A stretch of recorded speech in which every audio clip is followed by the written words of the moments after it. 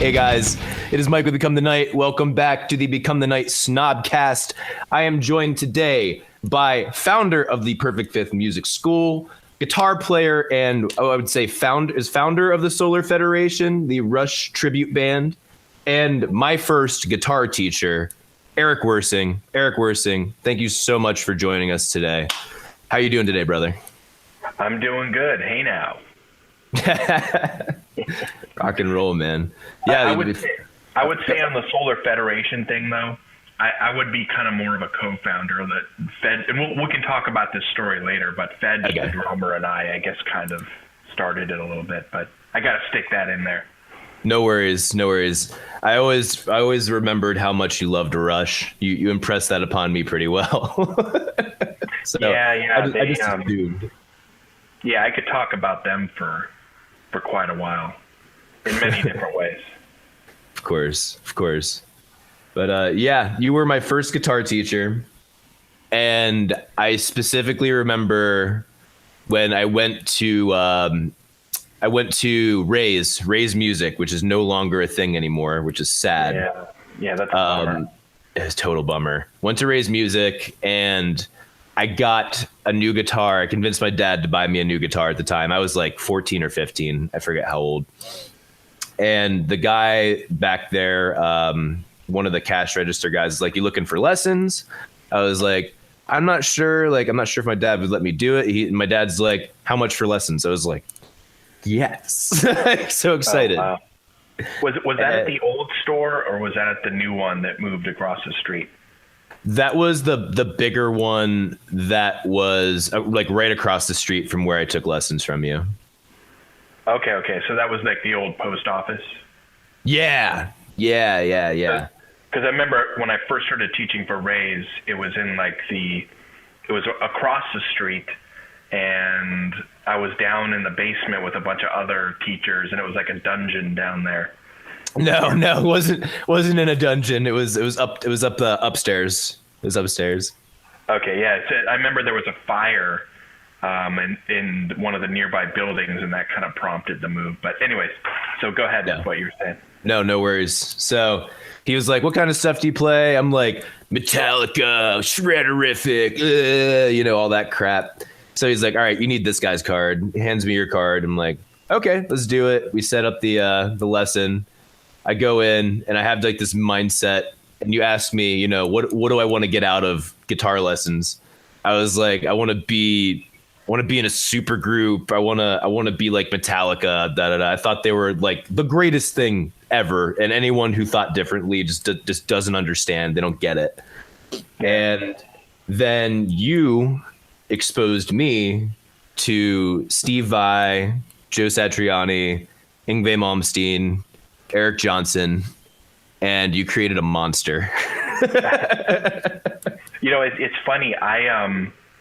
Before I even started playing guitar, I was listening to Metallica, and that was the band for me as well. Yeah. I was just like, oh my God, how does Kirk Hammett do that? Yes. And I remember sitting in I think it was a waterbed at that time. This kind of dates me a little bit, but no worries. I was sitting in my waterbed and I had headphones on and a Walkman, and I was listening to, I think it was And Justice for All. I actually really liked that record, and I was just like jamming, playing air guitar. But yeah, so and then I started playing guitar shortly after I discovered Eddie Van Halen, and I was just like obsessed.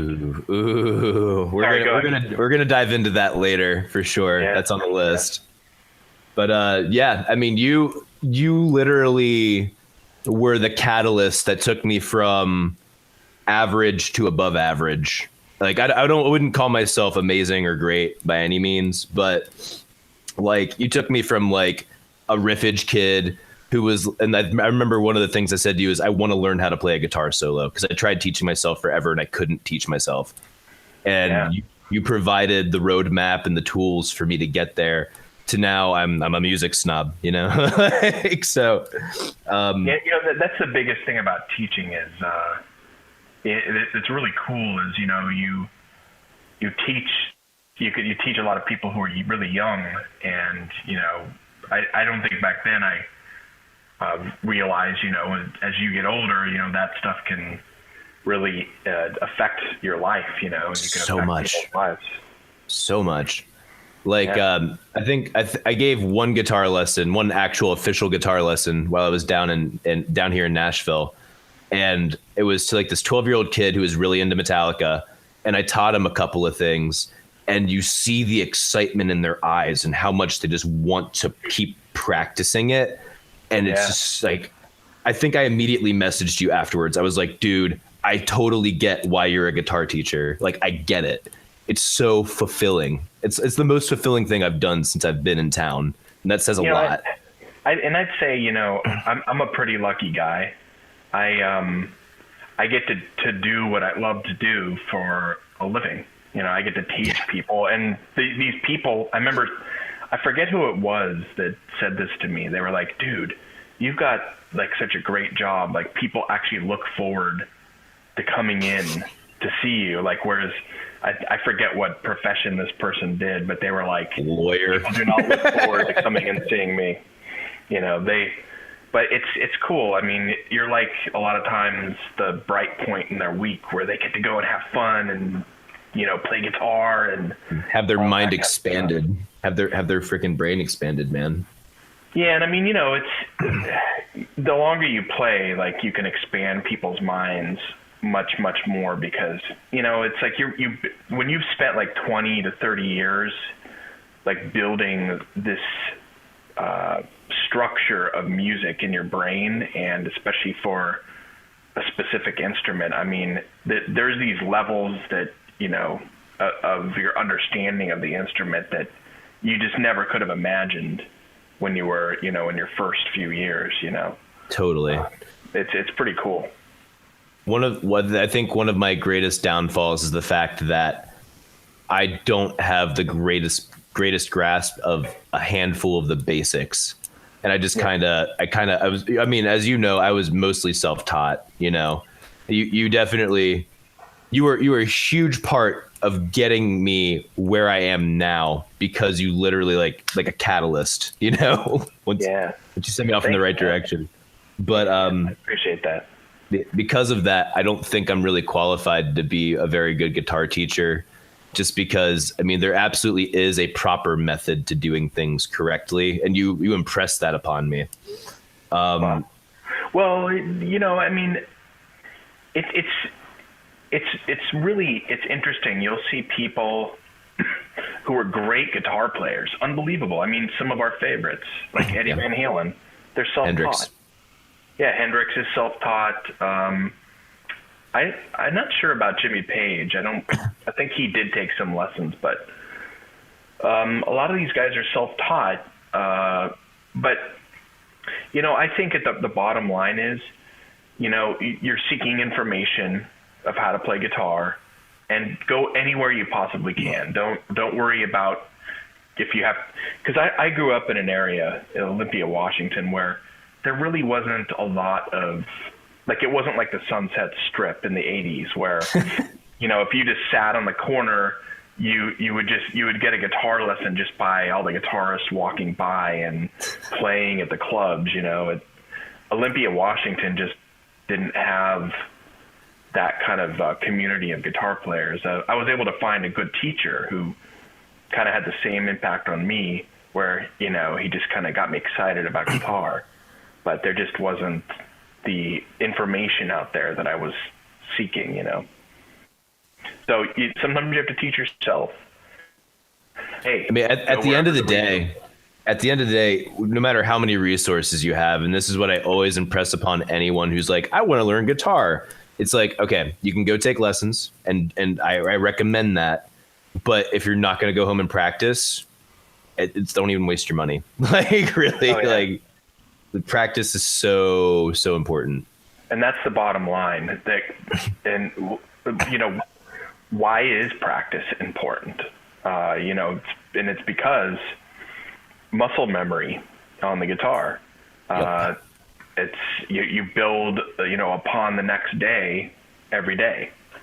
or I'm sorry, the previous day you build upon every day, so you can't get to certain levels unless you are consistent about practicing every day. And even the people who just go in and noodle and they're not really like having an organized practice session, they are able to still get to a certain level because they're just spending time with the instrument. Absolutely. Absolutely. And, that also speaks to those guys where at some point you just love the instrument. You are passionate about it. And that's where you get those guys that get to these like astronomical levels, like John Petrucci or VAI or like things like that. Like they just have such an affinity that there's this almost like a life force within them that comes out anytime that's in their hands. And it becomes less of the guitar becomes less of a tool and more of like another organ of your body. That makes any sense. Yeah, I feel weird if I don't practice now. It's just such a part of my life now that, and my wife doesn't mind. God bless them. God bless her so much. She gives me the freedom to, she doesn't take it the wrong way if I'm practicing because she knows that's my my thing. She's also a musician too. I mean, she went to Berklee with you. Yeah, she actually graduated. Oh, you didn't? I actually left after 2 years. Oh, no kidding. I didn't know I'm that. an alumni, but I didn't graduate. I actually went to a community college 2 years before, and then I went to Berklee for 2 years on a scholarship. But the next 2 years, the amount of debt I would accrue just wasn't really worth what I was gonna. I was just like, I want to get out into the real music world and start doing stuff, because Berklee is wonderful. It was thrilling. And I mean, you learn a lot, but it's kind of like a bubble. So people who were there for 4 years, they'll build a lot of like everyone at Berklee would know who they are. And then they get out and it's not the same. Just a quick note for the audience. If they're not aware, this is Berklee with 2 E's, not EY. This is the music school. Yeah, that's not the one in California. Yeah. Just to clarify. All right, continue, please. But that was pretty much what I was going to say. That just, it's now I do think it's worth completing a college degree. I actually now would think twice about leaving after 2 years. But I'm very happy with where my life has ended out. But absolutely, it would be kind of nice to say, hey, I have an actual Berklee degree, but I probably wouldn't get it in performance, which is what I was there for. Yeah. Performance degrees, I think if someone's going to go to a Berklee College of Music and get a degree, that degree is going to make more of an impact if you're in like musical therapy or music education, whereas in performance, they don't care if you have a degree. Like, say like Justin Timberlake or Pink wants to hire you to go out and tour with them.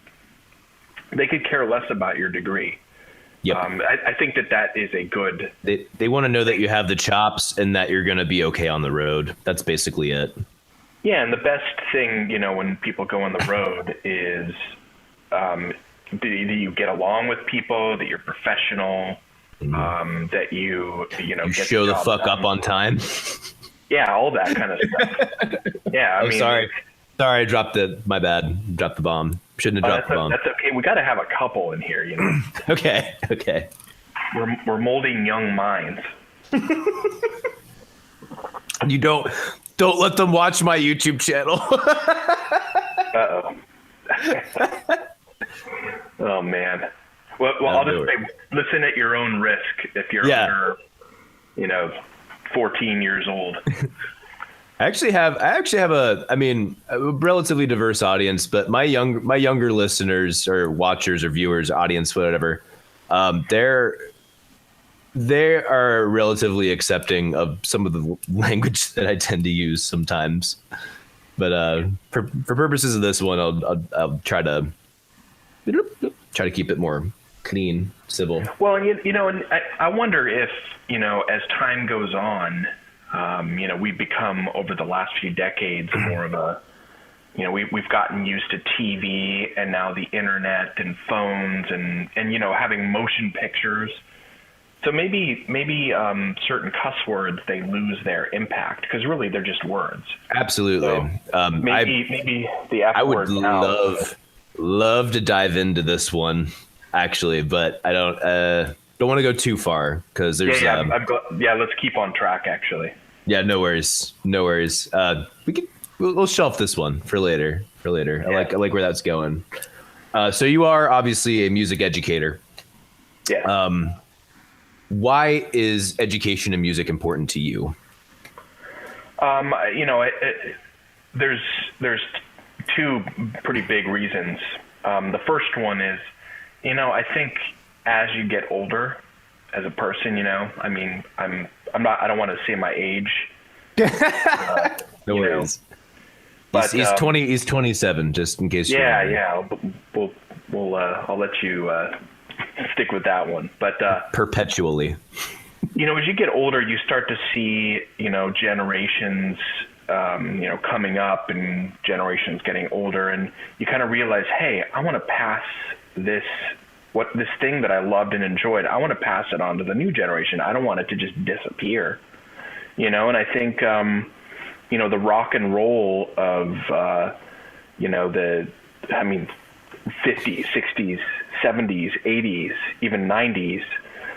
I don't really know what was going on in the 2000s, but I'm still trying to figure that out. Some weird stuff, man. At least in America, some really weird stuff. Yeah. But I think that you're kind of like, hey, I want to affect people's lives, but I also want to pass this down. I don't want this instrument to disappear and the love of rock and roll. So that's like one reason. The other reason is I think when you teach as a musician, you have to know what you're teaching really well to be able to explain it in a way that someone else can understand. So It makes you better and it keeps you sharper. It makes me like kind of feel like, man, I got to keep my technique up, because I got to, if I got to be able to walk the walk. I think that's the saying. Oh, absolutely. Yeah. But, there's some other little reasons, but those are the two main ones, I think. Okay. For me, one of the reasons why I find music education so important is because of the importance of music itself and how it's a pillar of human society and existence. Even if you take the social aspect out of it, I think music is very important for proper cognitive function of the brain. Oh yeah. Even people who say I don't really like music, they do on some level. Their brain actually starves for it.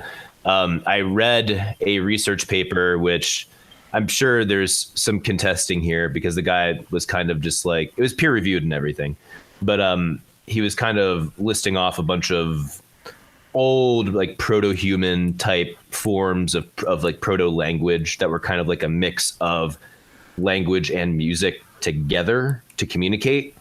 And once we had language, which was concrete semanticism, we needed something to counterbalance that in our brains, which was music, which was completely ambiguous. If that makes any sense, you know what I mean? Yeah, it's in the gray area. Yeah, exactly. And that kind of resolves this weird, like almost like a tension in our brains. It gives you a release, a sense of not having to give that much of a crap, if that makes any sense. Yeah, that's interesting. Huh. Some really cool stuff. But go ahead. Sorry. Well, I was just going to say, I always tell, when parents be a little about their kids learning, they're like, oh, I don't know if I want to buy, this guitar because I don't know if he's going to stick with it, or he or she are going to stick with it or not. And I'm like, it's worth the investment. Number one, because it's your child. Yes. But even if they play for 2 years and then they just really don't, it's not for them. Music, it affects the brain like no other art form. Correct. It makes both hemispheres of the brain interact with each other, and it grows. There's like some sort of I forget what it's called, but there's something that's between your two hemispheres that helps them to communicate with each other, and music is the only art form that actually strengthens that. So it gives them I think an edge out, even if they become an accountant. It gives you kind of a creative edge that a lot of people tend to gravitate towards their comfort zone. And if you've got like an accounting kind of brain and you're just working with numbers all the time, you kind of aren't growing the creative aspect. And I think in today's world, you have to have that creative aspect. That gives you an edge. This really ties well into where I wanted to go next with this statement. And that was the fact that music is so important to us. And I think that we can objectively say, on a more popularized, massive, visible scale, the art form has been degraded significantly since, say, even 100 years ago, or even maybe you could possibly even say 50 years ago. I think that we've lost a lot. Yeah. And it's not completely gone. Obviously, I mean, there's guys like us, for instance, or like, lots of underground bands, some more popular bands.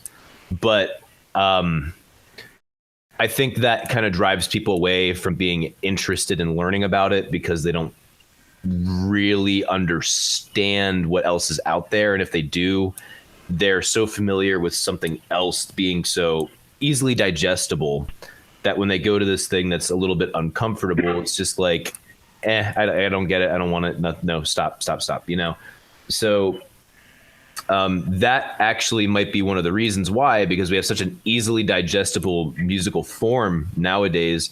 Maybe that's one of the reasons why we're having people that are unhappy, that are more just kind of going with the flow and not trying to go outside the box in whatever job they're doing. Maybe it could be. Well, I think, I think you got some really good points there. I think kind of and I've never really done major studies on this, but it's just my own. Of course, this is a lot of anecdotal stuff here. Yeah, I mean, I think what we've seen happen to music is actually, in a bigger sense, this has happened to a lot of industries in the United States. They've gotten too much on the corporate side. I think corporations, have a good role that they serve, but I think in at least the music industry and even the food industry, there has to be a balance, because a lot of corporations, their nature, is to... Their nature is to generate wealth, to generate revenue, and make a profit, and invest further and grow. That's their whole... streamline, make money. Yep. And what happens is, I think we see it somewhat now, is that what they do is they put out cheap, quick music that has like a kind of a bleep or bloop that catches our attention and makes us want to listen to it. Yeah, and it makes us want to listen to it, but after about 2 weeks we get tired of it. So it's almost like eating a bag of Doritos, Yes. Doritos has all this powder and stuff on it that excites your taste buds very, very quickly and overwhelmingly. But then that powder, it loses its taste very quickly, and then you want to keep eating more. And that's specifically what they're designed to do. But there's not much nutrients there. Whereas that's why the ones that there are there, you don't want in your body anyway. Yeah, it's like, but and this is, things like Doritos, it's all about quick, and it's not caring about the long term. Where I think instant music, satisfaction. Yeah, and I mean, I think why people keep gravitating to the music back, 50s, 60s, 70s, and 80s, and even 90s, is because there was somewhat of a balance between the artists, wanting to make good music that would last, but there was a balance between corporate and that. And I think we've kind of lost that in the 2000s. It may be economically driven because we were in a recession and people just can't afford it, but could be. I think I almost see now we're starting to get back to that cycle of like every 10 years there's like a new kind of movement in music. But I think that got thrown off. We're on the cusp of that movement right now. Yeah. And I think give it another 5 years or so, I would say, and you're going to see almost a sort of renaissance of musicians, both artistically and business wise. We can touch more into that later, as I know you wanted to talk about the state of the music industry. Yes, but I guess going back really quickly to why I feel music education is important is obviously, like I was saying, like making sure people can understand what they're listening to and put it into words and better grasp on nuance. And by doing that, you can better appreciate what you're listening to. And not only does it help with like we were saying, like resolving some of that tension in your brain, but it also just helps you become a better critical thinker all around. And it does it in a way where there's no risk. There's absolutely no risk. And you can bounce these ideas off of other people and see what they think and further refine your thinking. And like, there's no morals here. There's no one depending upon you getting this right. You just go for it how you feel and what you honestly think is best. And that kind of gives you almost like a training ground to use those skills in other fields. Does that make sense? Yeah. And I also think that when it comes to music education, I don't think that I think a lot of musicians fear being educated in music because they feel like, now I'm part of this, machine of this is how music is supposed to be made. And, and there's don't get me started. There's some of the people that are in the machine. Yeah.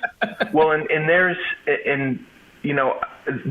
some people, that I ran into at Berklee that were a little snobby and they wanted to make people feel like they were below them and not part of this group that knew music theory. So, but I think, I think that's more those individuals. Yeah. That's more of insecurity, and because human beings they usually won't like try to make someone feel below them unless they're insecure about themselves. But that's probably the most profound thing you've said on this podcast yet. I try, man. I try. No, but they I don't think music theory I don't think it makes you better than, but I do think that music theory, it ties you into this community of musicians who can sit there and chat with each other about, hey dude, did you hear that song? I think it's the Aeolian mode. That was really interesting. How you can like have a discussion. It gives you a vocabulary to properly and effectively communicate between one another, and that goes for having a discussion like that, or even if you're actually working together. You don't have to spend time being like, well, this is what I mean, and play it on a fucking fret. Pardon me, sorry, on a fretboard, and you can just say, I want this. Like, I want the first, second, and seventh degree of the Ionian mode, which is major scale. Sorry, either way. Yeah. Well, and I think when people learn and get pretty advanced in music theory. I think what they find, and actually, I think one of my students, when Steve Vai came out for that masterclass, I think they asked him. I was so freaking jealous of you, dude. So jealous. Oh my gosh.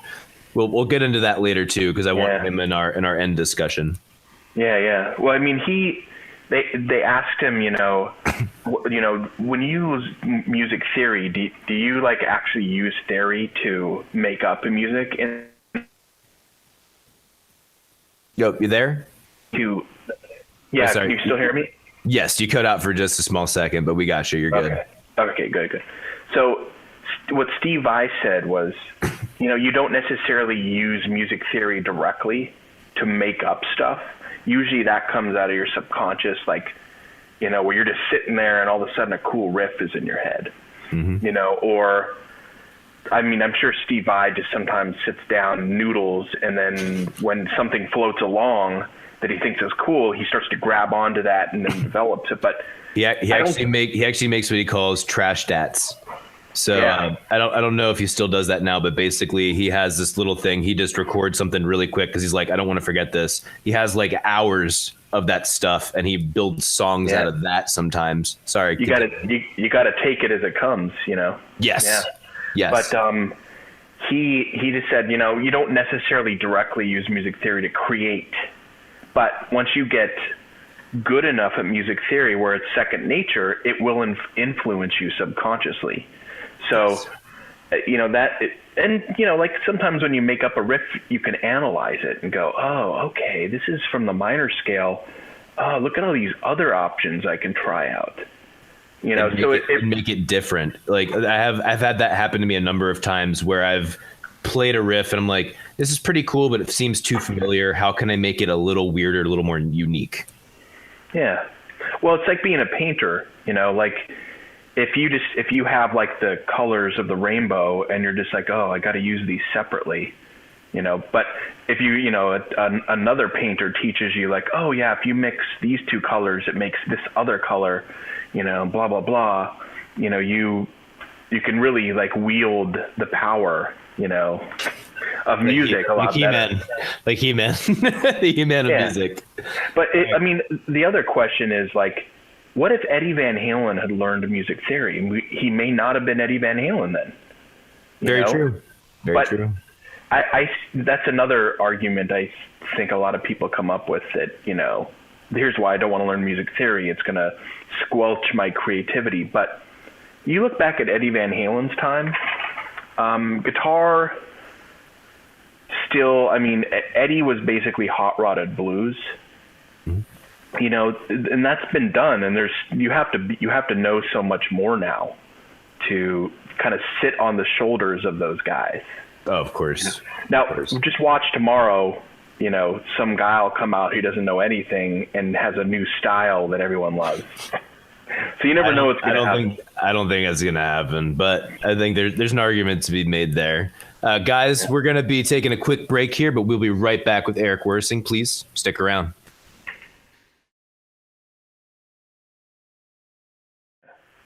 Hey guys, welcome back to the Become the Night Snobcast. I am here yet again with Eric Wirsing.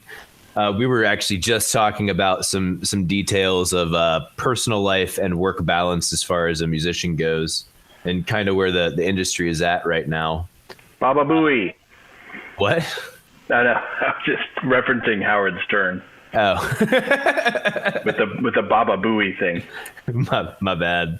I am not a devotee, so forgive me. That's okay. Sorry, continue. No worries, man. We were talking about, you know, how you wouldn't want to go on tour for more than like a month tops, because it's like you were saying, it's not a good recipe for having a relationship or having a family. And you were going through a couple of alternatives. One of the things that kind of makes being a musician now so great is I think there's plenty of opportunity to even go into the creative artist aspect and not have to sacrifice as much of that family time with the internet and everything, man. Yeah. Well, and you know, I think too many people have in their mind that the way to make a living as a musician is to make millions of dollars, and yes. you got to be seen as that you got to be seen by that right person who's going to make you famous, and that's more. I think for people getting famous, to the most part, is partially luck, and you know, it's hard work and stuff. But I think that's just one small facet of what you can do as a musician. I mean, number one, I think diversification is good. I think that, you know, not just doing one thing. So like teach, you know, in the area. So then you can come home at the end of the day to your home, or do studio work, which there's not a whole lot of, perform.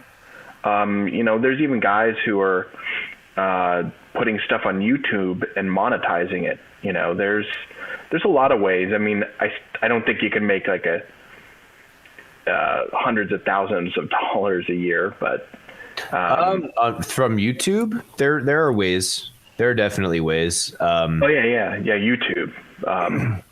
But yeah, I think the sky's the limit. Let's put it that way. I mean, it's just how good you are at marketing yourself and doing these different things. But I think you can stay at home and still, hey, if you write a song and someone buys it and it's a hit, you get a lot of money from that. That's true. The fuzzy bunny slippers method. You can just sit at home in your fuzzy bunny slippers and make a living because you wrote a song for someone. But the dream. Yeah. Yes. But yeah, man. Actually, you have a couple of videos up on YouTube yourself. I've shared them around here and there because I get to be like, yeah, this is the guy that taught me guitar. Oh, thanks. Excuse me. Dude, especially your Jump Start by Greg Howe. I will always be like, you need to listen to this. And then if I'm like with the person there, I'll actually pause I'll have two windows open. I'll have the window to the original track and the window to yours, and I'll line them up so they're dead on. And it literally is dead on. It's perfect the way that you play. Oh, yeah. Well, since I felt like, since I tabbed his, Greg's official tab book out for that album, I was like, I got to do at least one cover, and Jumpstart was the first song I did. I remember, Greg and his manager were like, hey, you went to Berklee, show us what you can do. So, I tabbed like one page of Jumpstart out, and I really tried to make it look like the Hal Leonard books that you can get at Guitar Center. Make it look super pro. And he sat with me for every note of those songs. Him and I went over them, and just to double check that they were phrased right, because a lot of these books, they got the right notes, but they're not phrased correctly on the guitar. So it's a very authentic. It's a very authentic book, but that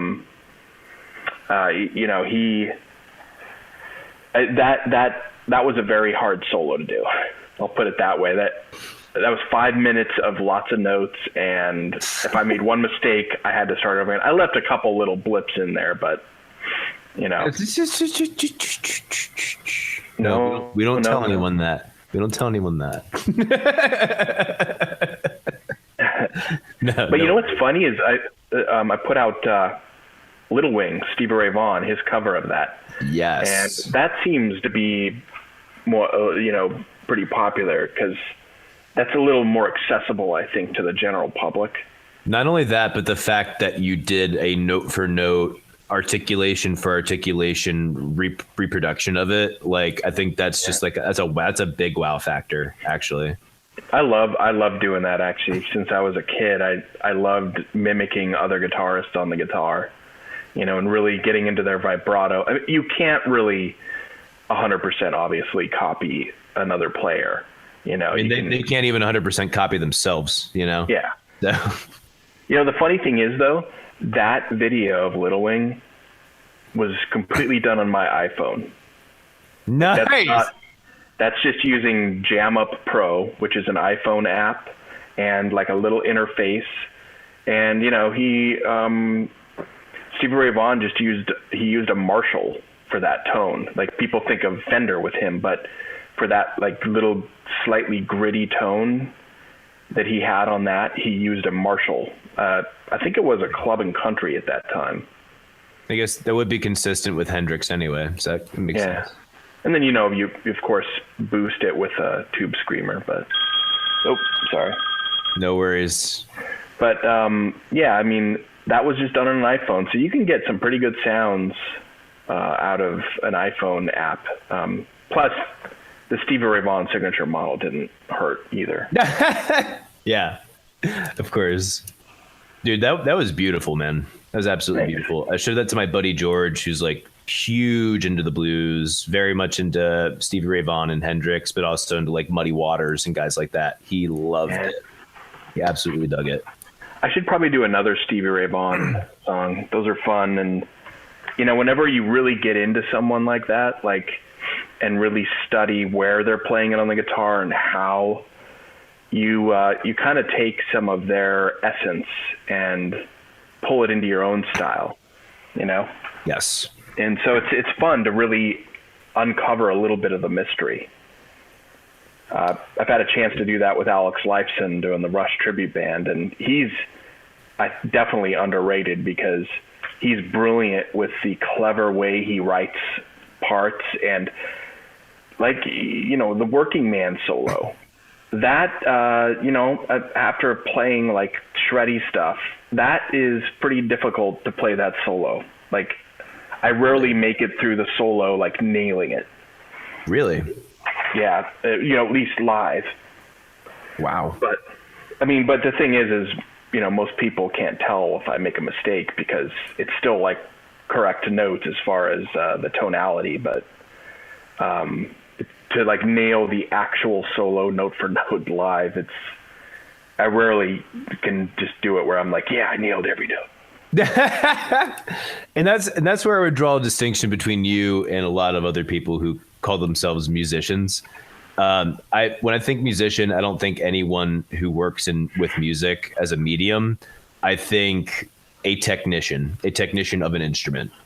Yeah. And I think you embody that so much, especially like when it comes to you want to mimic specifically how they articulated every note. Like that's impressive as hell, especially for guys who didn't do that themselves. You know, like, well, thanks, man. It is kind of more of a classical approach to it.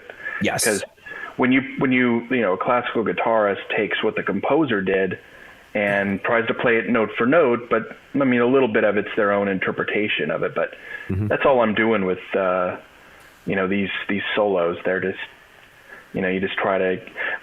Some people may argue that, you know, why not just make your own original stuff? You know, why are you copying these other people? Well, my answer is because I want to. Yeah, exactly. And I enjoy fun. it. I enjoy it, and it's fun, and I love to do it. And I think probably other people enjoy the time that, you know, you put into doing something like that. They can see what that solo looks like being played up close, whereas those artists a lot of times didn't record themselves playing it in the studio, so you can't see the fingerings, you know. That, and also just like the appreciation for the fact that you can do that. Like not everyone can do that. Not even guys who are shredderific, amazing, or greatest of all time guitarists can sit down and reproduce that accurately. Like that's really a talent, honestly, as a very special talent. And I had that when I was a kid. I didn't realize it was something that was anything, you know. I liked to mimic, and I was decent at it. So it wasn't until I actually started taking lessons from you that I really became more aware of that. Like, that's something, like, if I'm going to quote unquote play it correctly, then you need to take articulation into account. You don't just hit the notes close enough. You know, it doesn't count. Close enough doesn't count. Careful about mimicking other artists in this way. I think you have to, again, diversify. I made the mistake of when I was a kid, you know, I got obsessed with Eddie Van Halen, and that's all I practiced and played was his stuff. And people started calling me Eddie, and that was kind of cool, you know. But then I said to myself, well, you know, I don't want to just be an Eddie Van Halen clone. Of course. So I think that you have to diversify and make sure that you learn solos from all different types of artists, you know. And I think it's just a continuing process that I still do.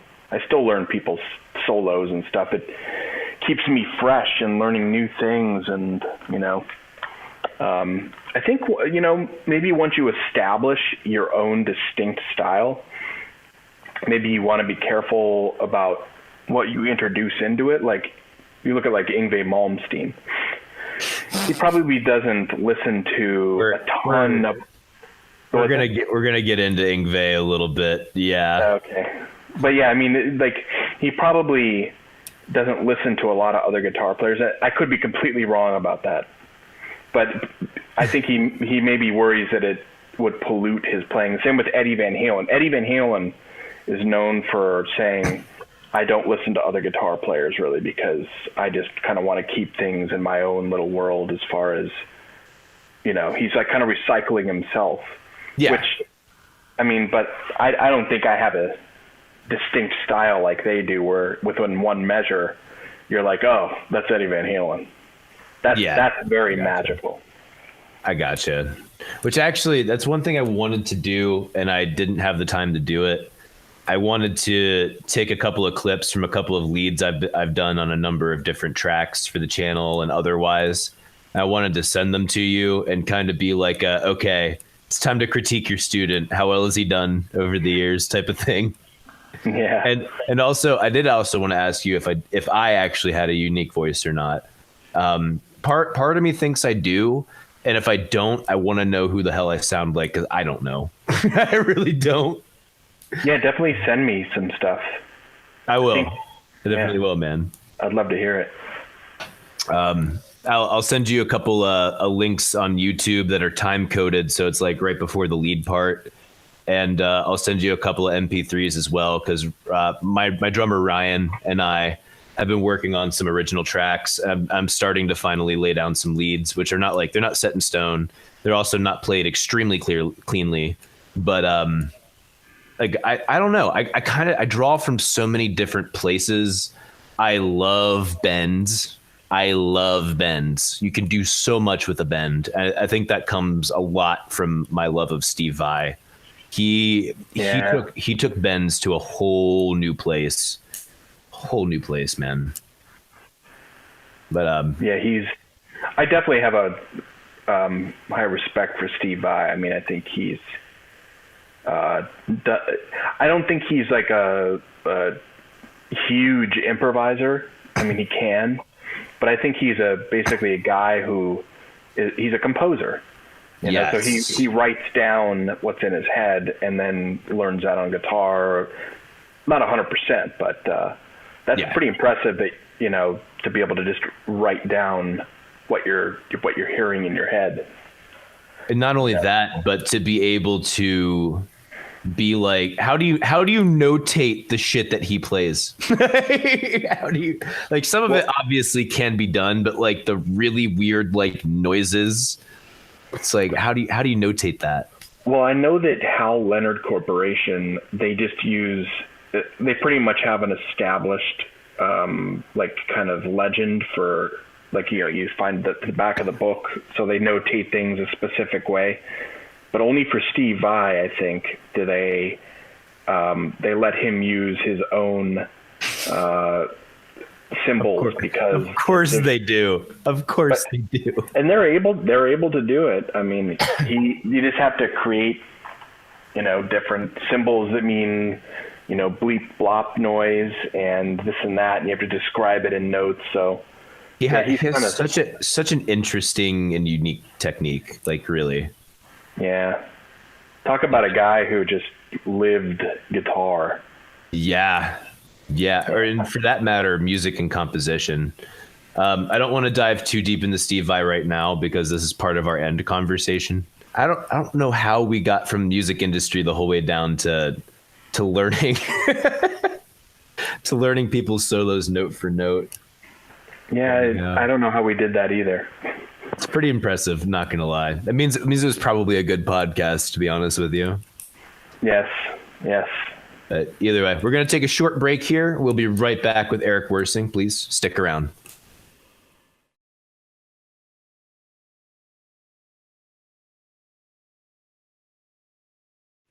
Hey guys, welcome back to the Become the Night SNOBCAST, here with Eric Wirsing.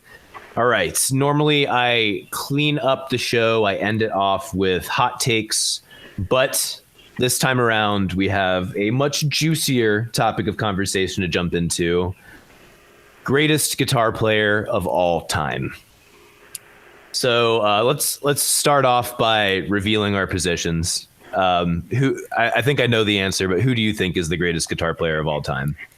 Well, actually, I have a statement to make first regarding all that. Please. I think, and I think you'd agree with me on this, that it's really an unanswerable question. Yes. Because it's art, and we could go on forever, and still tomorrow we could change our mind. But I would say, I would give that top spot to two people interchangeably. Oh. Ooh, yeah, doing all the caveats. I'm probably more influenced by Eddie Van Halen, but I think Jimi Hendrix and Eddie Van Halen are like in a tie. If even Jimi Hendrix may even eke Eddie Van Halen out, I think that Jimi Hendrix, number one, look at the fact that he's still a guitar icon. Yeah. To this day. And this is decades since he's passed away. Even kids today know who Jimi Hendrix is. And not only that, but there are still guitar players to this day striving to do what he did, like accomplished guitar players who are striving to do what he did and can't. Yeah, and he really, the whole rock star, flamboyant singer, who plays like guitar, like, he sold his soul. That really, I think, started with him. Played left-handed. Thank you very much. Yes, exactly. And it's just Jimi Hendrix is. I'd say Eddie Van Halen is kind of like the next. Jimi Hendrix is like the guitar messiah, and Eddie Van Halen was the next guitar messiah to come after him. Yeah, definitely. And that's the thing too. Yeah. I think Eddie Van Halen's eruption, because A, it was so short, but B, it so succinctly but appropriately showcased shred in something that anyone could digest and appreciate. Yeah. I think that was possibly the most important metal solo ever. Like that. Yeah. That is the guitar solo that launched a million guitar solos, and it's just changed the game. It literally changed the game. Yeah, and like you look at like Steve Vai, he's probably got more chops than Eddie Van Halen, but I think when you're thinking about who's the greatest guitar player, you have to take their influence and their effect on the guitar community after them, but also technical ability, but also the time period that they lived in. Yeah, has a lot to do with context. Yeah, and then the songwriting, the ability to perform. If you take all those things into consideration, I always come back to those two guys, because after Hendrix came out, everybody was somewhat influenced by him, and he didn't have the chops maybe that Eddie did or people in the 80s, but chops are just one facet. And they're hard to define because I played like Steve Vai stuff and Eddie Van Halen stuff, and I played Stevie Ray Vaughan stuff.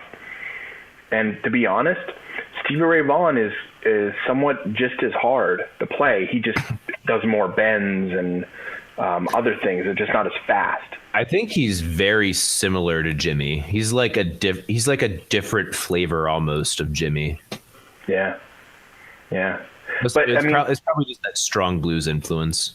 Yeah, and there's, and I was just talking to someone the other day about this, that, you really have to look at these different guitar players in their time period. You can't compare Steve Vai to Eric Clapton, because I do, but I guess chops wise, because really back in Eric Clapton's time period and Jimi Hendrix. I'm also a dick, so keep that in mind. I'll keep that in mind. I will. No, but it's back then, nobody really figured out how to put massive amounts of gain on an amplifier, which creates more compression and makes it more touch sensitive. Either nobody figured that out, or it just that people weren't ready for that yet, because that was a lot of distortion back then compared to what was before it. So there was that. There probably wasn't the amount of different string gauges. Just the technology was different, and they didn't have the guitar players before them to feed off of. Whereas, by the time Eddie came around, you'd had all this rich blues phrasing for years. So Eddie could stand on the shoulders of those guys, and now we can stand on the shoulders of all the guys before us. I think the best argument you brought to that table, for my perspective, was the technology aspect, because you're not gonna get a lot of these techniques, and technically you can do those techniques and technically perform them correctly, but it's not going to sound nearly the same without that technology behind it. So I think that there's actually quite a bit of a point there. There's footage on YouTube of this guy. He must have been from like the early 60s or even 50s, where he's two-hand tapping on a guitar, like really technical stuff. But, it's like more of a clean tone, and it doesn't sound the same as when Eddie applied that to high gain. It changed like the characteristics of how tapping sounded, and it sounded really cool. It was, so that made a huge difference in what you could phrase on the guitar. And I think the next evolution of the guitar will be where someone uses technology, and we're coming out with these better modeling amplifiers now, like the Kemper Profiler. Man. I got myself a Line 6 Helix back here. Yeah, Line 6 is doing pretty good too. Dude, I'm quite impressed. Like, granted, it's not an Axe FX, it's not a Kemper, but it gets the job done pretty dang well. Yeah. Well, in these new technologies, someone's going to either stumble upon or just kind of see it in a different way, and there'll be some sort of advancement in new sound and guitar because of that technology. Who knows? Maybe we'll have maybe it'll be a different type of pickup that's created that picks up the sound in a different way, or maybe makes a clean tone have more sustain. Who knows? Are you familiar with Alumitone pickups? No. What is that? There actually are what you'd say a new design of pickup. Like, instead of being the coils the way that they look on a typical humbucker or single coil, they're actually like almost just like a very thin piece of metal that's kind of bent, like you'd see as like a shield or whatever. I don't know how to explain it. I'd have to send you a picture. But is it using magnetism? There's definitely magnets involved. But the way that they're lined up and the way that they're designed, it makes it like hyper accurate, like more accurate than other pickups. Yeah. Wow. See, those kind of things. It just takes one. The other thing Eddie did, other than adding more gain to his amp, through using a variac, and the other thing he did was he basically put, and maybe he was the only guy to enter into the mainstream doing this. Maybe other people did this, but he basically took a humbucker out of a Les Paul and put it in a Strat, and I guess nobody had really done that before him.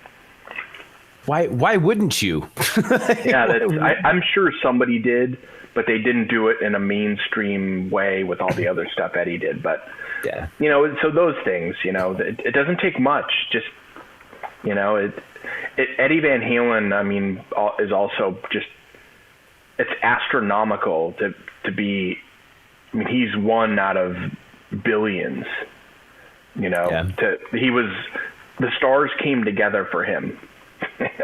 We'll put it that way. I mean, look at all the little things that had to be there for him to be where he was. The right time period, the right location, meeting the right people. The right guy.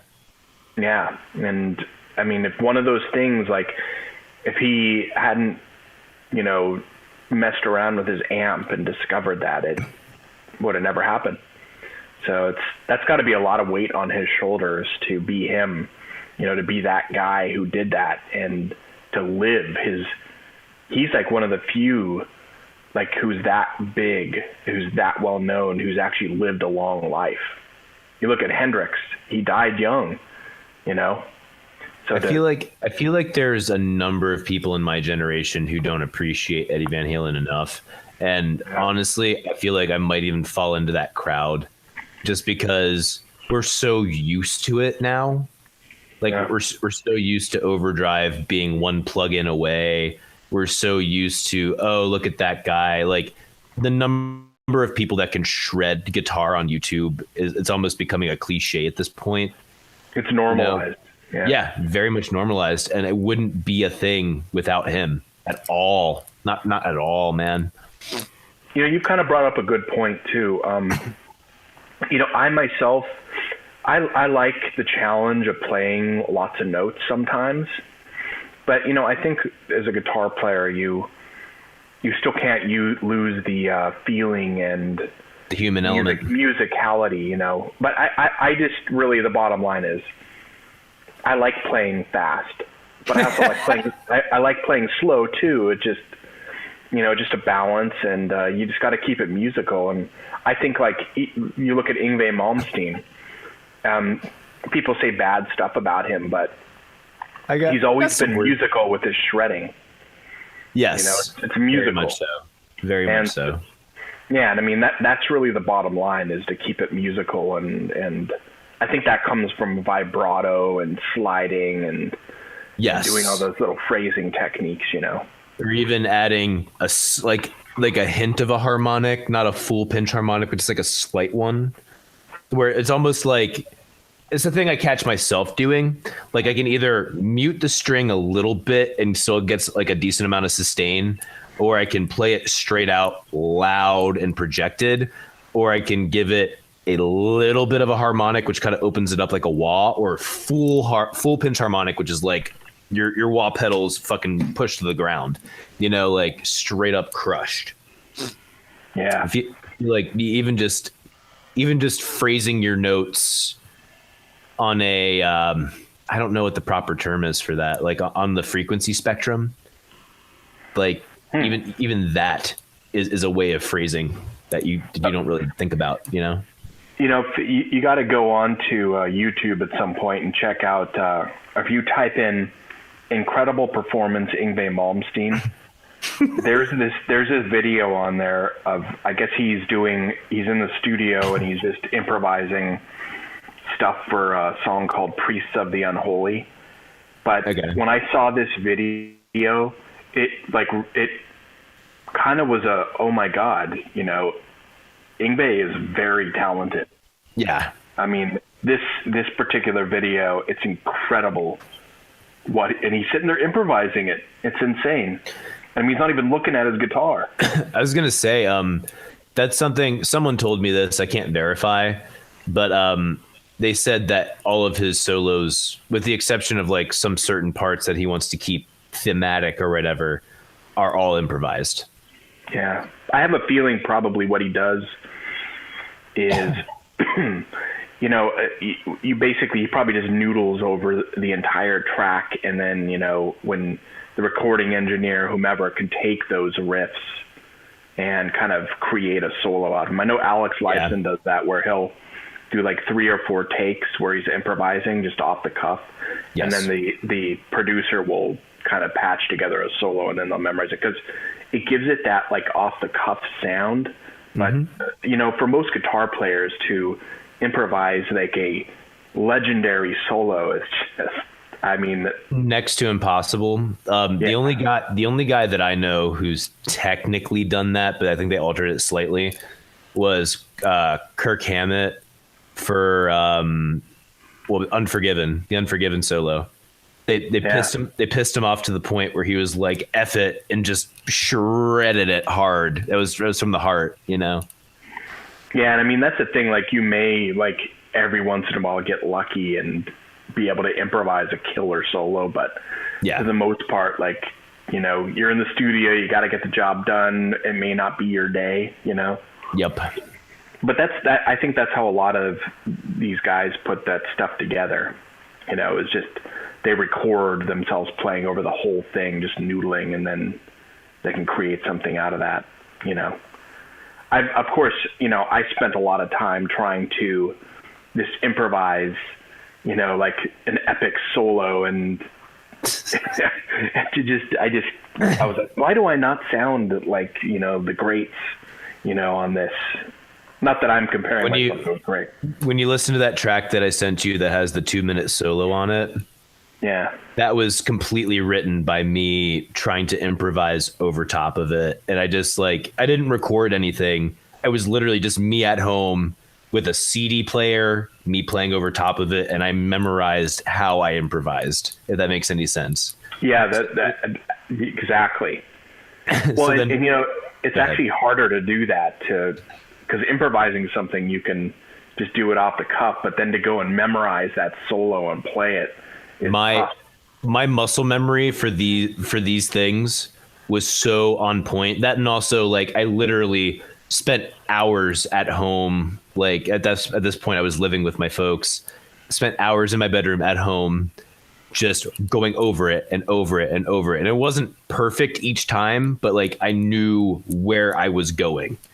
And it was like I let the improv portion of it leak through, so it felt like really human and off the cuff. But like I knew what I was doing. If that makes any sense? Yeah, and in the end, you know, all that matters is that you're creating somewhat authentically and sincerely a CD that someone can take and enjoy in their car, and you want it to be as good as possible, you know.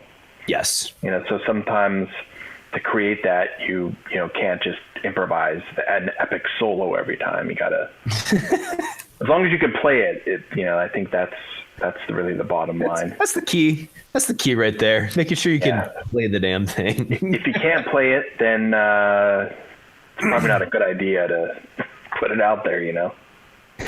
Chances are.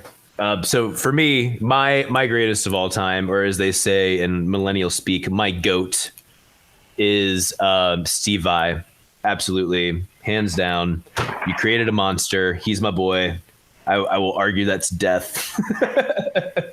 He is pretty awesome. Did you go and see the Passion and Warfare reunion tour? Yes, and I saw it at what's the thing? The Whitaker Center. I saw it at the Whitaker Center. And I was there too. Oh no, dude! I wish I would have known. We should have said hi. Okay, funny story. My folks, especially after you introduced me to this music, I was like listening to all this stuff, and they're like, "What's up with all that noise? Why do you have to listen to all this druggy music?" Oh man! And like I eventually turned them onto it, but they haven't heard death metal yet, have they? Oh no, I introduced them to that. I introduced them to Gent and like the whole shebang. I really like Children of Bodom, but sorry, go ahead. Really? Oh, okay, we can talk about that later. Like that's a good conversation. But yeah, so I'm going to I'm like, hey guys, Steve Vai is scheduled to be at Whitaker Center. I'm going to come visit you guys. I'm going to go to the show. It's going to be a good time. Like 3 days before I leave, he schedules a Nashville appearance, and I was like slightly pissed. But either way, I go up there, and my folks are like, "Oh, like we can go too." I'm like, "Are you sure you want to do this? Like, you guys are always complaining about how loud I play my music in the car. It's gonna be a lot louder than that." So they're like, no, it's fine. We'll go. I'm like, okay. My dad is a legendary sleeper. Uh-oh. He fell asleep through the last third of the Steve Vai concert, and he was out cold. We're talking about like things that were hurting my ears and were irritating. Dead asleep. I was like proud of my dad that day. that sounds like similar to my dad. I remember I went to a Leo Kottke concert. Leo Kottke's like a fingerstyle acoustic guy. All right. And we went to that concert, and it's actually a very quiet concert. So my dad starts to fall asleep halfway through, and he starts to snore. Not like super loud, but the people around us were like, what the heck is this guy doing? And I'm like, oh my God. And then I try to wake him up, and he gets pissed off at me, and I'm like, oh, that's even worse. So that was interesting. So I know what it feels like. That's the thing. Like, I didn't try to wake him up because I figured the concert would have done it itself. And I was almost just so amazed. I was like, you earned this one, Dad. You did. Like, it was so loud that like you have that pulsing deaf, like almost like you're partially deaf after you leave the concert. Oh yeah. He even had that too, and he was out cold. I don't get it. I've started to wear earplugs a lot now because I'm like, I don't, because now that I'm, around 40. No, this is 27. We're 27. 27. Yeah, 27. I don't want to be like 60 years old and like have no hearing left like Eddie Van Halen. I want to be able to. I plan to play guitar till I'm like 80, or till I die. Hell yeah, man. Yeah, absolutely. And I want to be able to hear it too. So I think it starts to make more of an impact what you've done in the past on your hearing the older you get. So, take care of your hearing. There's some really good earphones out there too now, or earplugs, that you can get made that let the good sounds in, but keep any really high decibels out. And that's the thing I've noticed, even just in practice spaces, it's almost like it acts like an EQ filter. Yeah. Where you can actually hear it more clearly at that high of volume, but when you put the earplugs in, it kind of levels everything out, so it sounds really clear. Yeah, and a lot of times it's the high end that gets shredded in your ears. And hey, how are you going to dial in a great guitar tone if you can't? You there? And yeah, I'm still here. Sorry, cut out for just a second. Yeah, how are you going to hear the high end in your guitar tone? How are you going to get a good guitar tone if you can't hear the high end anymore? Absolutely. But but plus you don't want tinnitus. That's not a good thing to have. Yeah, I've gotten that once or twice in my life. But as far as VAI goes, my argument as to why he is the greatest of all time is because of not only his articulation, but the number of techniques that he has and the number of ways that he uses those specific techniques to express himself. It's almost like he doesn't need words. Like there are some guitar players that like you're really blown away by their talent. You're really blown away by their feel, if you will. And he takes feel to another level, like to a level where Jimi Hendrix did a lot of that like thing live where he's just like, wow, like just like beating the crap out of his guitar and making all kinds of crazy noises. It's almost like VAI took that and perfected it to actually communicate something smart, Yeah. VAI is definitely a genius. Such a genius. It's nuts, man. But I still though would look at him though as like a kind of an offshoot of Eddie Van Halen, the more technique shred. No, definitely. So he's an Eddie Van Halen baby. Yeah. No, he absolutely is. But yeah, I mean that's the thing. Like we could probably go on endlessly, and I think at the bottom line is we're lucky to have lived in a time with all these awesome guitar players. Agreed. That we can argue about who's the greatest. But I mean, all these guys are all notable. I mean, VAI and Eddie and Eric Johnson, and even like Slash. He's probably one of the last guitar heroes so far. Yeah. Now there's a band like Greta Van Fleet that's coming out, where it's back to like guitar and like the Led Zeppelin sound, and hopefully we'll have some guitar heroes. Like identical to the Led Zeppelin sound. Yeah. I mean, it's good to see though that young kids are wanting to bring that out again, you know? I think going off of that, as far as the Guitar Heroes, I think one of the issues there is there's so many of them now that are so technical. Like we were talking before, like it's almost commonplace. It's like the next Guitar Hero has to innovate, and I feel like I don't know, man. I think it's that, but I think one of the main things that make a guitar hero or guitar messiah, it's actually not really their technique and all that stuff. It's their ability to write a song.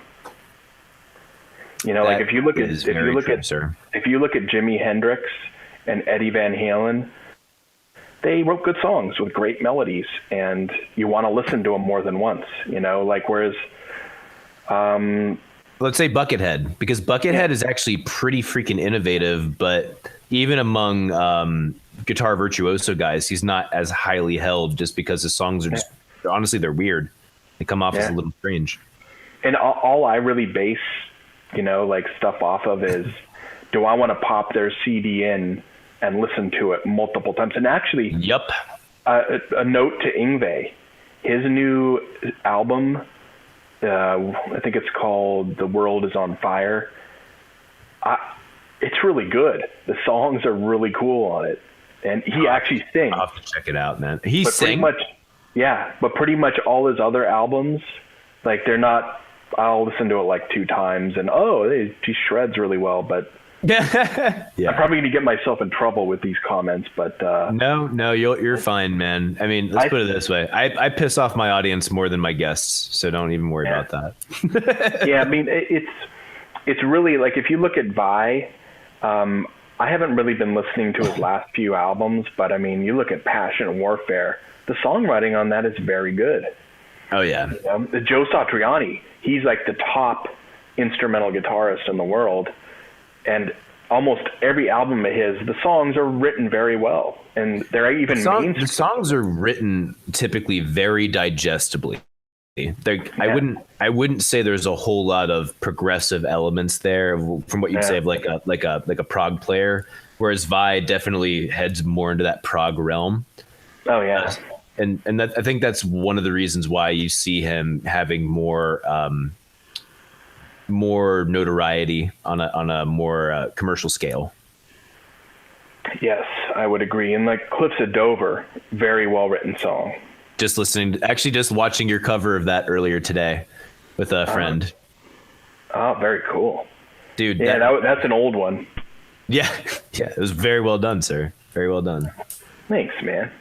Thanks. I tried with that song. Eric Johnson's very hard to cope his style. Oh my gosh. He doesn't give anything out. Most people want to learn, you know, the pentatonic, noodly, fast stuff he does, and he really never talks about like his whole philosophy of how he does that.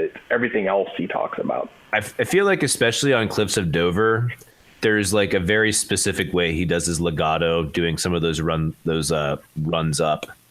Yeah. Unless is that legato or is that picked? I think a lot of it's picked. There's probably some strategic legato things, but he also puts, like Joe Bonamassa, he puts a lot of major scale notes in the pentatonic, which make it a little bit easier to alternate pick, because 2 notes per string can be really difficult to pick fast. Yes, you know, whereas if you add like 2 notes and then the next string has 3 notes, you know, you can kind of do that a little bit easier. You know, and do you think is there some economy picking in what he does at all? Oh yeah, I'm sure that Eric Johnson does some economy picking. You know, that's, I think with some of his odd numbered notes, like 5 note groupings, I think some of that's economy picked. I'm not a big economy picker, you know. Me neither. But honestly, I'll probably get into it more. I wish I was. Because there's a number of shredders in my generation who have employed the economy pick style to do some really cool things that are very difficult to do otherwise, like extraordinarily difficult. Well, Yngwie Malmsteen does a lot of economy picking, actually. Is that in Trilogy Suite? Is that economy picking technically? I don't. Maybe in like the kind of sweepy part, like the Yeah, like the yeah, that whole thing. I mean, yeah. economy picking is like sweep picking, but it's basically sweep picking. Yeah, but with like throwing in like your alternate pick on the same string and then you sweep down. Yeah. Yeah, and I mean I think the first guy to really master that technique was Frank Gambale. He is like a master of economy picking and sweeping. Really? That's Frank and then Gambale, I think. I'm gonna put this into YouTube for later. Yeah, I mean some of his. You really have to like listen to some of his older stuff because what by older stuff I mean current, because the real old stuff is it sounds very 80s. I'm seeing a picture of him here right now with like a curly mullet and a yellow Strat. Yeah, that's the part to not look at too much. Yeah, he has. Even though he was a badass back then, I think some of the songwriting is very in the 80s style, and you really have to look at his entire body of work and the more current stuff to be able for someone in your generation to relate to a little bit better. I'm an anomaly. I can get down with the 80s stuff. Like if we ever get to do a music share together where like we just sit down and throw some tracks back and forth, I need to show you Concerto Moon. They're this over the top, like really blown out, obnoxious vocal Japanese power metal band that's very, very 80s. And the guitar player is like definitely influenced by Yngwie. Like, definitely. Wow. He's got that neoclassical style. Yeah, it's interesting to see how our past music scenes are influencing other countries. Like I know in Russia, Italy, China, Japan, like a lot of the 80s is huge over there right now. It's because they know how to do it right. Huge. It's because they know how to do it right, Eric. That's why. Yeah. Well, it's funny too, like the British invasion was kind of caused by the same thing where blues guys here were influencing guys in England. And then they came over here and they had a slightly different interpretation of the blues. Some of that also was racially, like I think that some of the African American guys who really pioneered the blues, they really weren't accepted in the mainstream at that point.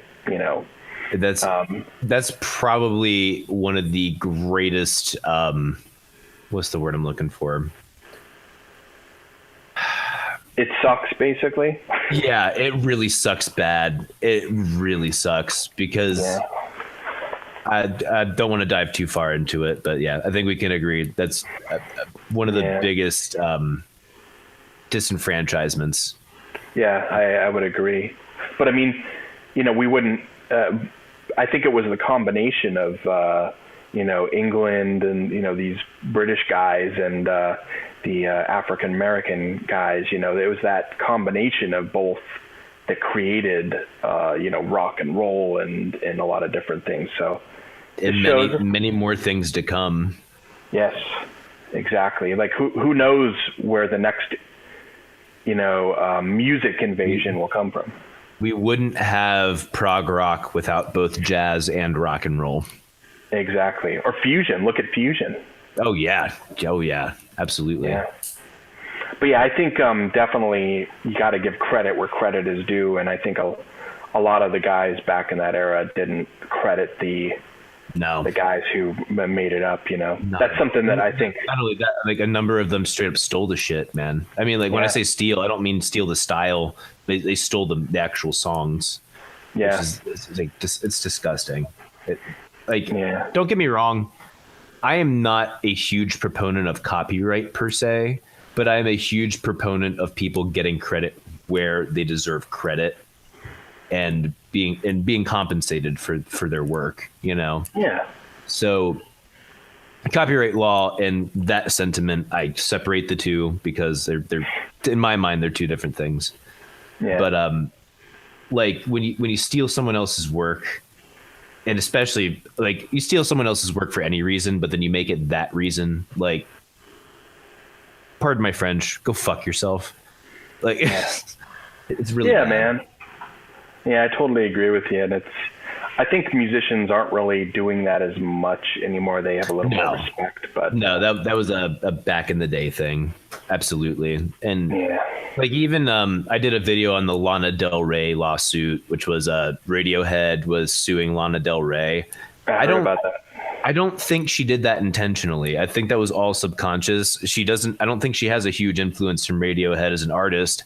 I think that somewhere buried deep in her mind was this Radiohead song, you know, and she just, it came out that way because really, if you even look at it chordally and melodically, they're really freaking close.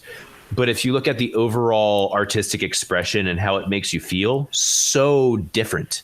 Just musically, not even lyrically. Lyrically, it's a completely different story. But I mean, why would you go and try and sue Lana?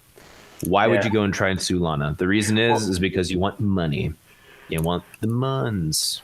Well, and you know that actually happened to Steve Vai. What? Yeah, so you probably heard the song "Fire Garden Suite." Absolutely, it's one of my favorite. It's one of my favorite tracks. I was going to recommend that to you, actually. Yeah, that's the one that goes.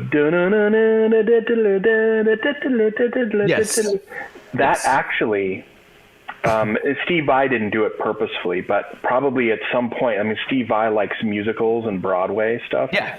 And he probably at one point heard. I don't know what play it's from, but that melody is very, very close. I was going to say musical.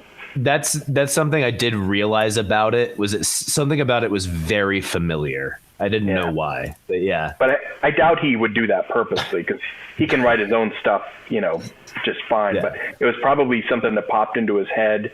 He didn't realize he heard it a long time ago. So and he was like, "Oh, this is cool." Do you know what the resolution was of that? Whatever law did they file a lawsuit against him?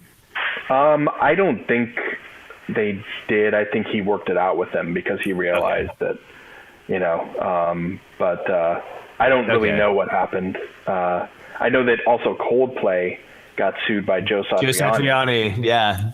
And that one, honestly, I kind of felt was a little too close for comfort. Yeah, to be honest. But I don't think they did it purposefully either. I just think we all influence each other, and sometimes you forget where you got it from. And that's the thing too. Like, I would never expect a band like Coldplay to listen to Joe Satriani.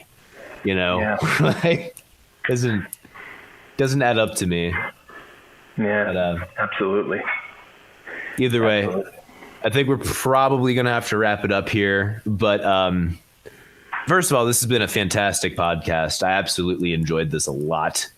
Hey, me too, man. I love talking about this stuff. And it was great catching up with you, too. Oh, my gosh. Seriously. And Julie's been feeding me lunch meat while I'm here, too. She's been part of it, keeping me fed.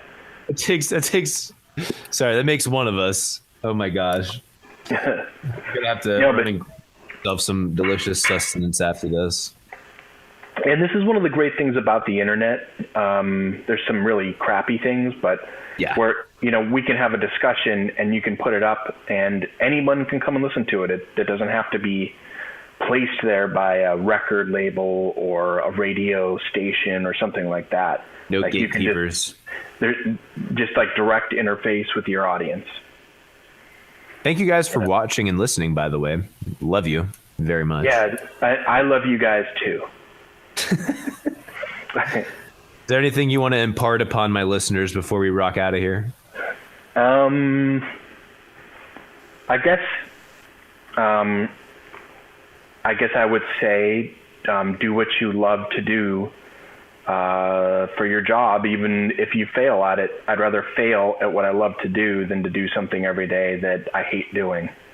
So, I mean, life is short. So just pursue what you love to do, and your life will kind of fold around that. And, you know, you'll meet people who are like-minded and, you know, do what you love to do for a living. To boil this down to millennial speak, #no regrets. Yes. No regrets with an A. Eric, thank you so much for joining me, brother. This has been a fantastic time. Guys, thank you so much for watching. I'll see you in the next video, next podcast. Yeah, thanks, everybody. And thanks, Michael. I appreciate you having me on. Absolutely, brother. Be good.